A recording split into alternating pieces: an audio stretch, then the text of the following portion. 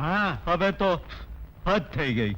હવે ક્યારે પણ મારું કેસર આરે ગોઠવશો? મેં તને કેટલી વાર કીધું કે દેવજી મારી આરે વચનથી બંધાયેલો છે. તું તારે લગ્નની તૈયારી કર દીકરા. એમ? હા. તો પછી લઈ આવ નવા કપડા ને આપી દો ઓલા ટેબાને. લઈ દે. રામ રામ ધના. હે?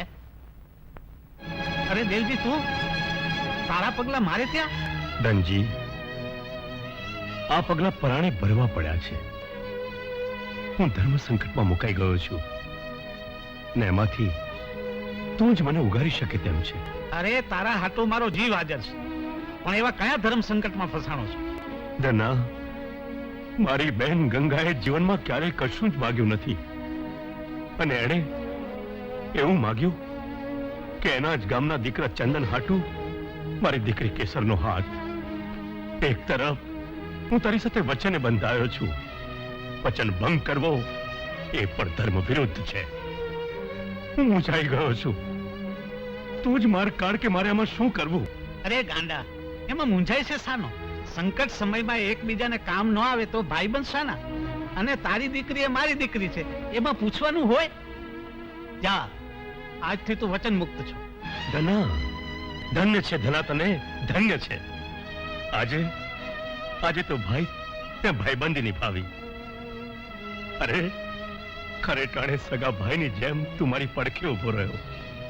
લોકોના હૃદયમાં ભગવાન હોય છે, પણ આજે તો મારા હૃદયમાં ધના તે જ ભગવાનનું સ્થાન પ્રાપ્ત કર્યું છે. ભાઈ, આ તારો ઉપકાર હું જીવનમાં ક્યારે નહીં ભૂલું, ક્યારે નહીં ભૂલું. રામ રામ. આવજો. બાપુ, આ તમે શું કર્યું બાપુ? સાણસામાં પકડાયેલા સાપને તમે છોડી મૂક્યો?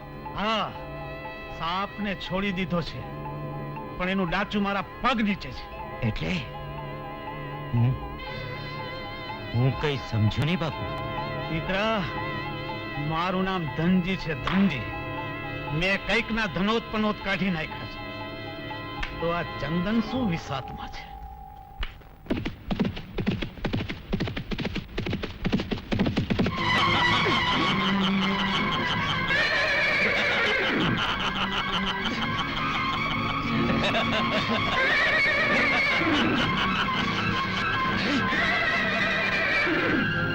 દોરડાને આગ લગાડી દે.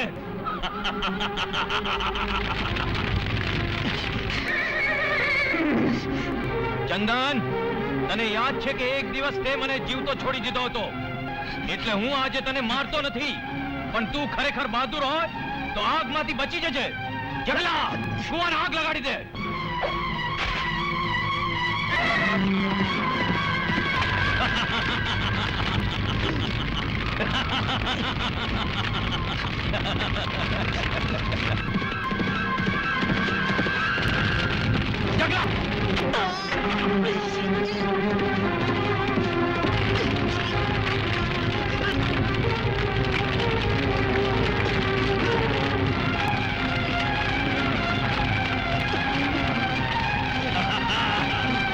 સાથીઓ, ચાલો.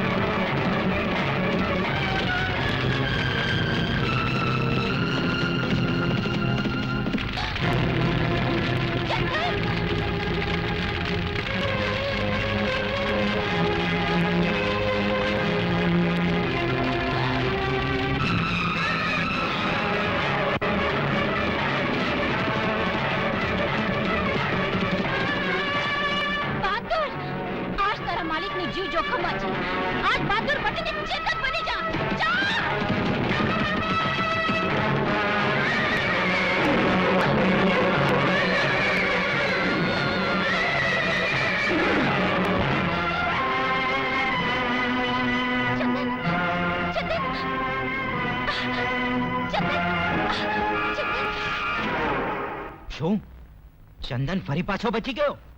બાપુ, હવે તો ચંદન અને કેસરના લગ્ન થશે જ થશે. હદ કરી આ ચંદને હો બાપુ. આ તમારા વિક્રમે ધાર્યો તો એના કરતા એ વધુ ધરખમ નીકળ્યો અને તમે કોઈનું ધનોત પનોત ન કાઢી શક્યા. હવે શું કરશું બાપુ? કરવાનું શું દીકરા? હમ, હવે તો ચંદનના લગ્નમાં હમ, અણવરનું કામ કરવું પડશે. આ